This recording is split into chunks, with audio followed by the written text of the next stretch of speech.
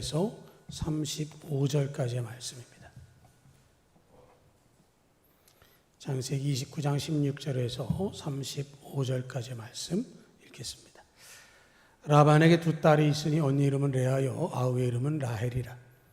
레아는 시력이 약하고 라헬은 곱고 아리따우니 야곱이 라헬을 더 사랑함으로 대답하되 내가 외삼촌의 작은 딸 라헬을 위하여 외삼촌에게 7년을 섬기리이다. 라반이 이르되 그를 내게 주는 것이 타인에게 주는 것보다 나으니 나와 함께 있으라. 야곱이 라헬을 위하여 7년 동안 라반을 섬겼으나 그를 사랑하는 까닭에 7년을 며칠같이 여겼더라. 야곱이 라반에게 이르되 내 기한이 찼으니 내 아내를 내게 주소서. 내가 그에게 들어가겠나이다. 라반이 그곳 사람을 다 모아 잔치하고 저녁에 그의 딸 레아를 야곱에게로 데려가매 야곱이 그에게로 들어가니라. 라반이 또 그의 종 실바를 그의 딸 레아에게 시녀로 주었더라. 야곱이 아침에 보니 레아라. 라반에게 이르되 외삼촌이 어찌 내게 이같이 행하셨나이까? 내가 라헬을 위하여 외삼촌을 섬기지 아니하였나이까? 외삼촌이 나를 속이심은 어찌 됨이니이까?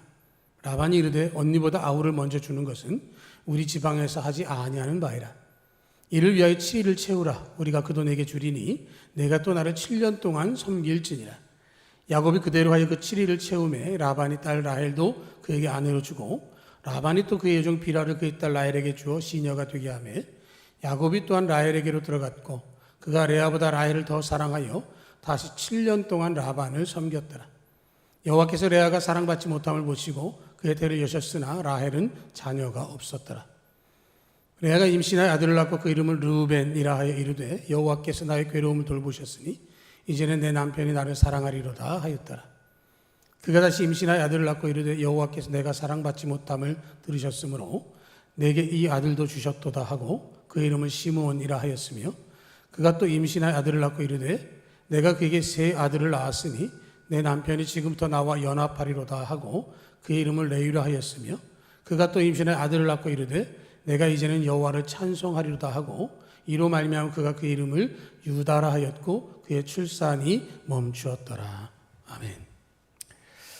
창세기 29장의 말씀은 야곱의 결혼에 관련된 말씀이고요.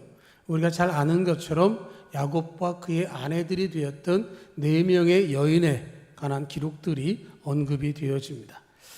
야곱이 자기 형 에서에게 팥죽을 주고 장자권을 빼앗고 또 아버지 이삭을 속여서 그가 분장을 한 것 같아 이삭으로부터 축복을 받았지만 에서의 그 공격할 그 목표에 대해서 들었던 라헬이 그를 외삼촌의 집으로 보냅니다. 그래서 외삼촌 라반의 집 바단 아람에 가서 그가 머물게 되어질 때에 그가 겪었던 일들을 다 이야기하고 나니까 라반이 네가 진짜 내 혈육이구나 하고서 그를 맞아들여서 한 달 동안 평안히 쉬게 합니다. 그 후에 이제 라반이 야곱에게 이야기한 말이 15절의 말씀입니다. 내가 비록 내 생질이나 어찌 그저 내 일을 하겠느냐? 내 품삯을 어떻게 할지 내게 말하라. 이렇게 이야기를 합니다. 네 권리를 주장해봐라 하는 게 아니죠. 지금 야곱이 자기 집에 와서 그냥 한 달을 지나고 났는데 그냥 한 달 지난 것으로 그렇게 지날 것이 아니라 이제 품삯도 받아야 되겠고 일 제대로 좀 하자 이런 얘기를 지금 하고 있는 것입니다. 그랬더니 야곱이 라반에게 이제 그 보수를 무엇으로 끊는지를 이야기하는 게 16절로 20절에 나와 있는 말씀인 거죠. 라반에게 두 딸이 있으니 언니 이름은 레아요 아우의 이름은 라헬이라.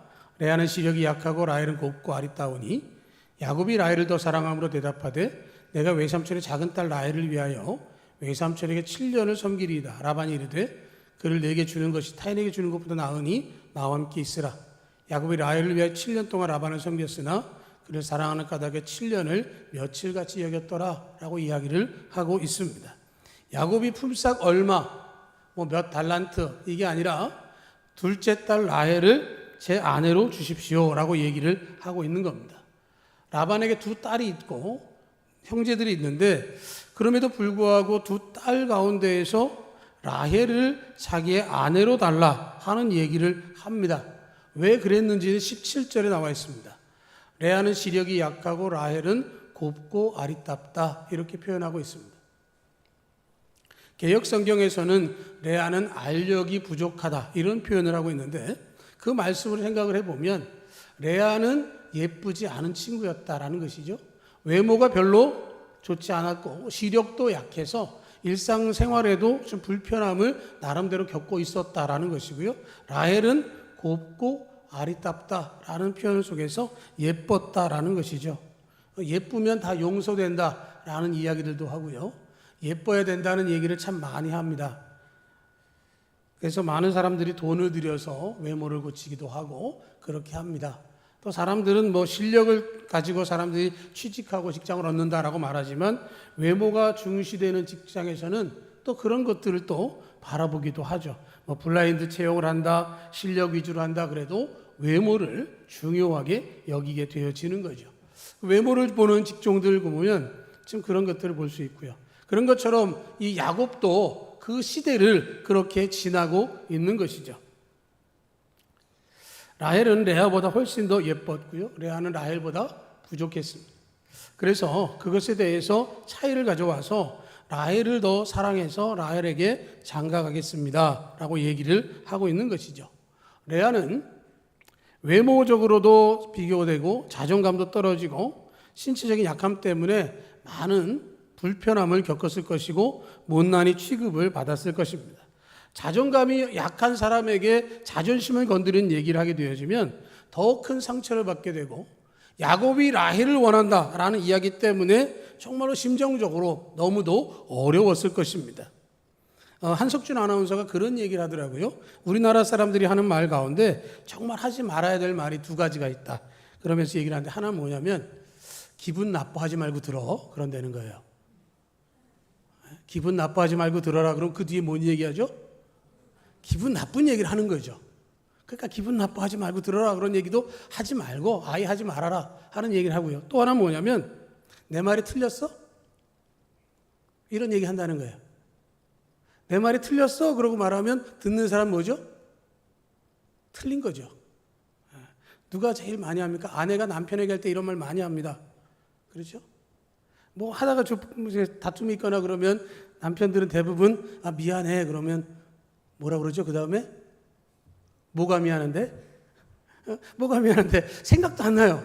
그럼 뭐 좀 얘기를 좀 더 하다 보면 잘못한 게 뭔데? 그리고 마지막에 하는 말이 이거예요. 내가 틀렸어? 그럼 어떻게 되죠?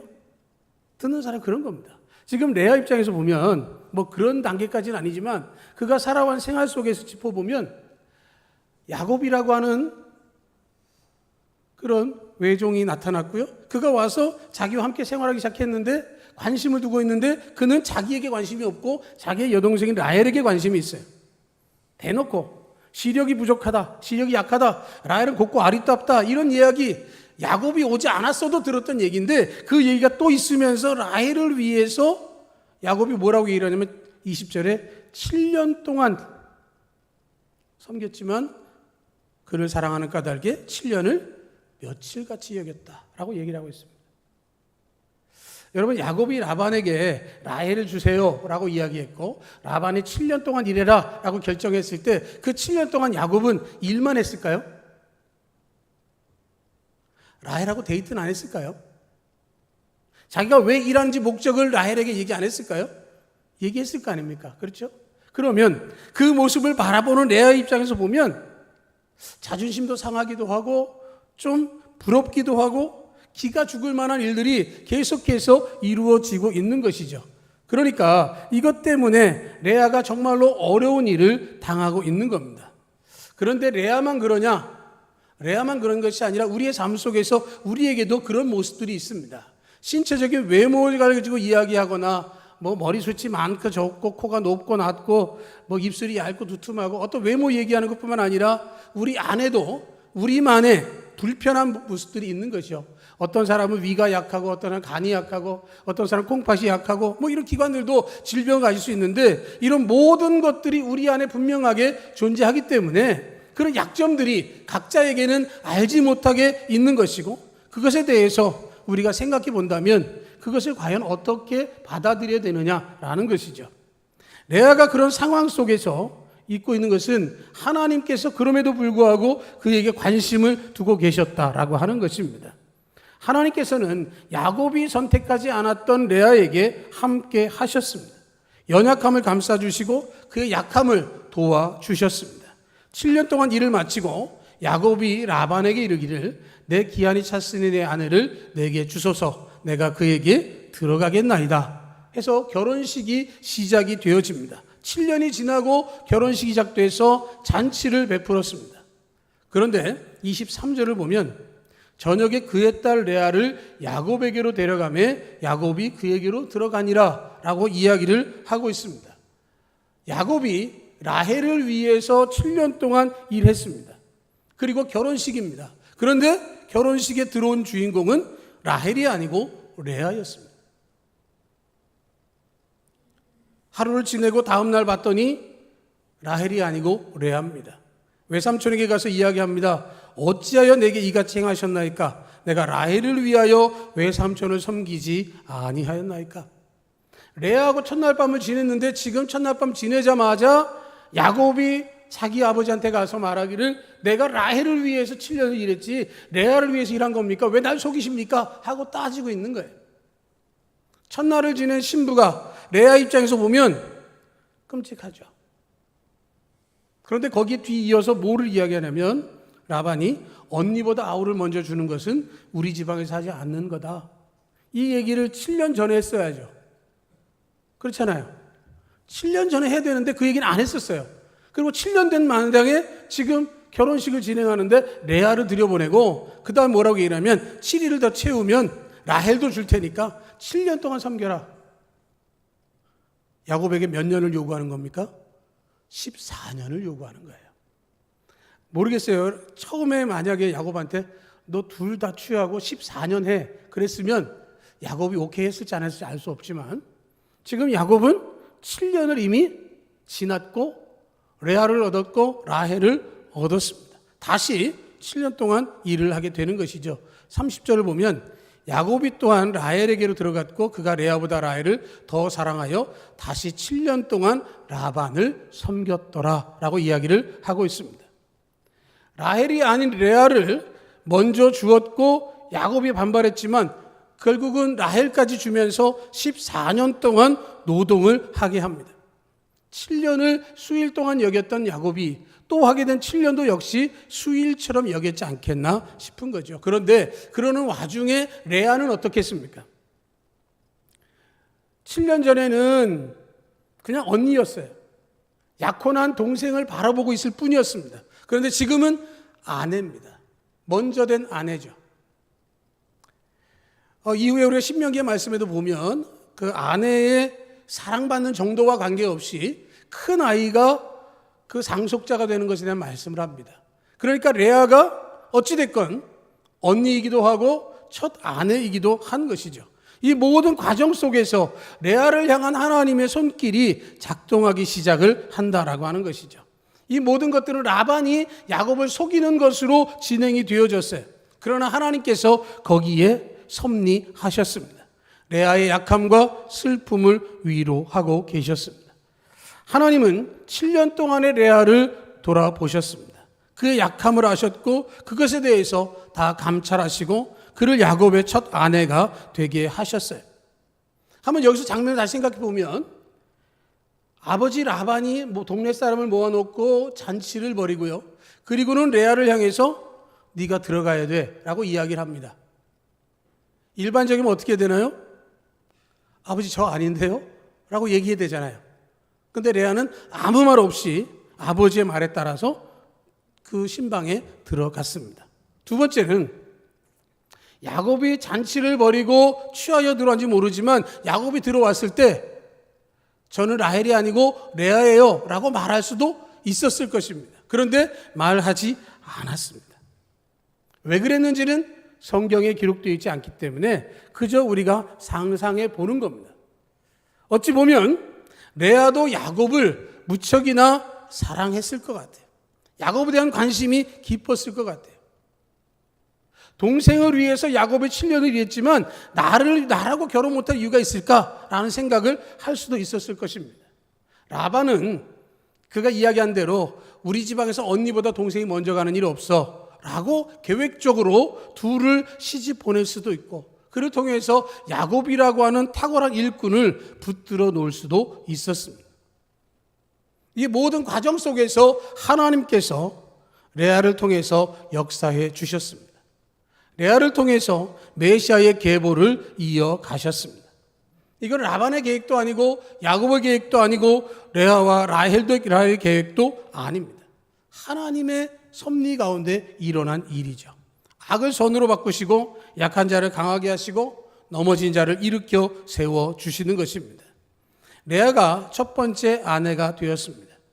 그리고 라헬은 그의 두 번째 아내가 되었습니다. 이 상황을 하나님께서 다 지켜보셨습니다.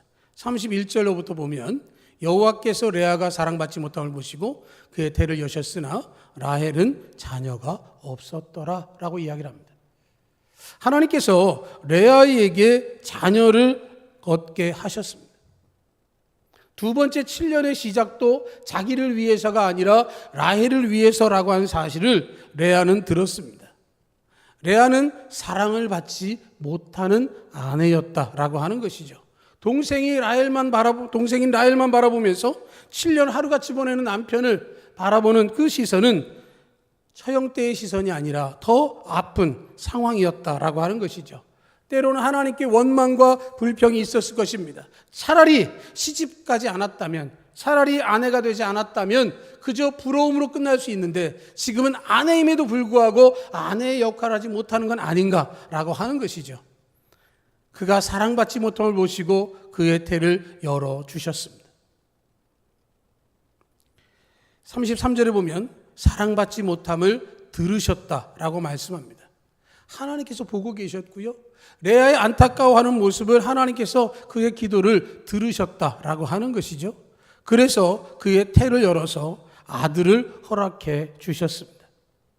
사랑받지 못함을 보시고 하나님께서 사랑받지 못함을 들으시고 라고 하는 그 자리에 우리의 연약한 부분을 집어넣고 우리가 생각해 보면 하나님께서 나의 연약함, 나의 부족함을 다 보시고 하나님께서 나의 연약함을, 나의 안타까움의 기도를 들으시고 하나님께서 역사해 주신다는 사실을 우리는 분명히 알아야 하는 것이죠.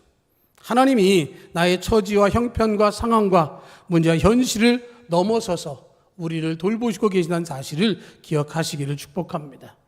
나는 약하지만 하나님은 나를 지켜보고 계십니다.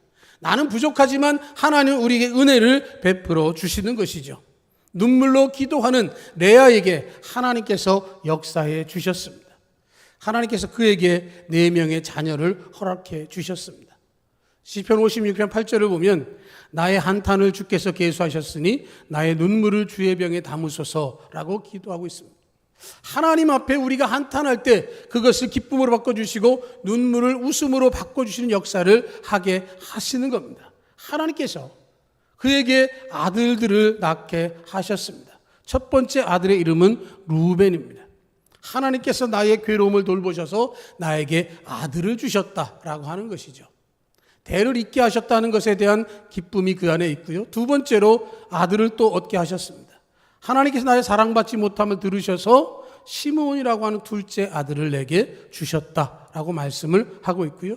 세 번째로 이제 내가 아들을 세 번째로 낳았으니 내 남편이 나와 연합하리라 하는 고백을 하면서 레위라고 이름을 지었습니다. 그리고 네 번째 아들을 낳고는 내가 이제는 여호와를 찬송하리로다 하고 그 이름을 유다라 하였다라고 되어 있습니다. 순서를 보면 하나님께서 연약함을 돌보셨습니다. 그리고 그의 약함을, 괴로움을 들어주셨습니다.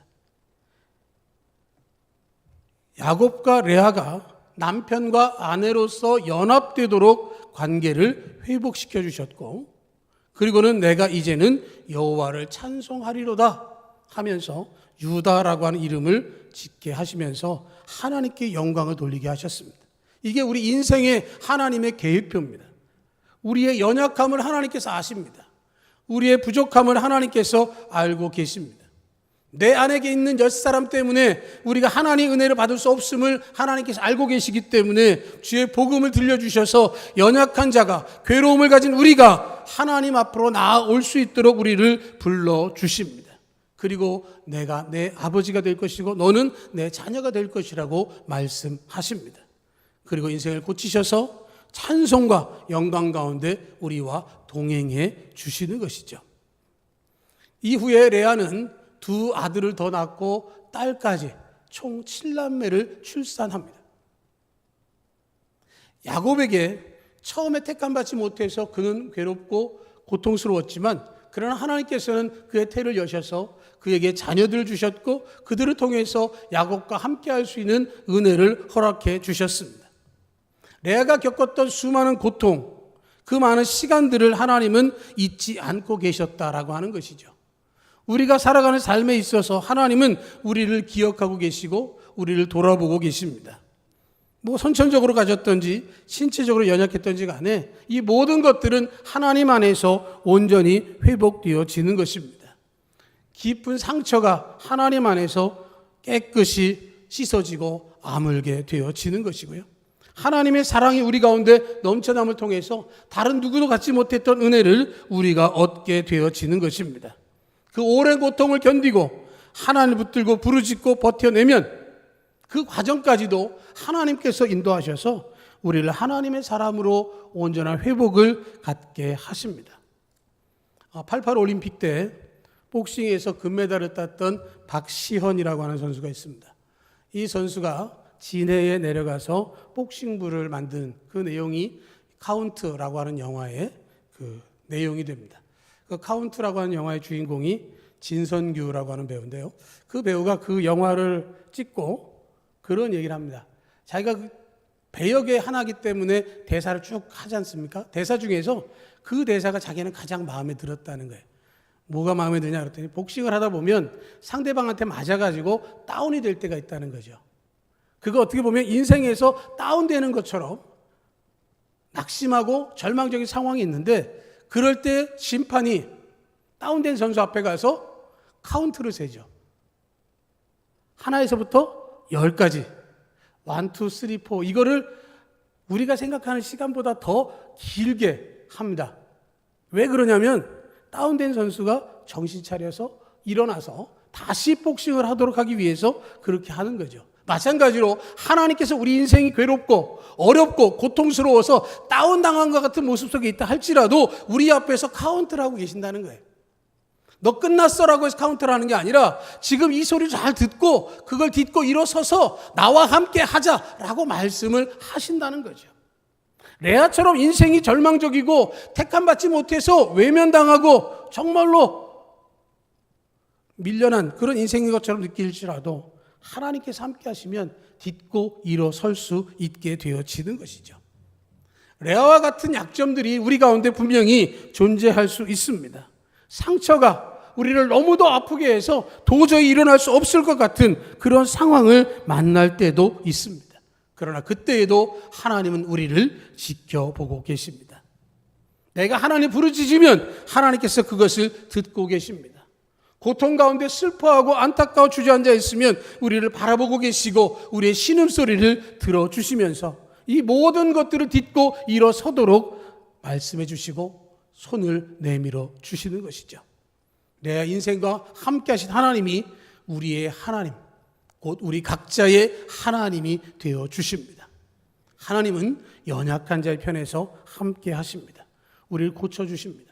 힘들고 어렵다 할지라도 고난 중에 있다 할지라도 견디고 버티고 이겨내면 하나님께서 역사하시게 되는 것이고 그 과정을 다 지나고 나면 내가 이제는 여호와를 찬송하리로다 하는 고백을 하게 되어지는 것이죠. 나의 연약함과 나의 비교당함과 자존심 떨어지는 그 모든 상황들이 하나님 안에서 변화되어져서 하나님과 함께 손을 붙들고 일어서서 내가 모든 것 딛고 하나님을 찬송하는 믿음의 걸음으로 주님의 은혜 가운데서 주와 동행하는 될 수 있기를 주의 이름으로 축복합니다.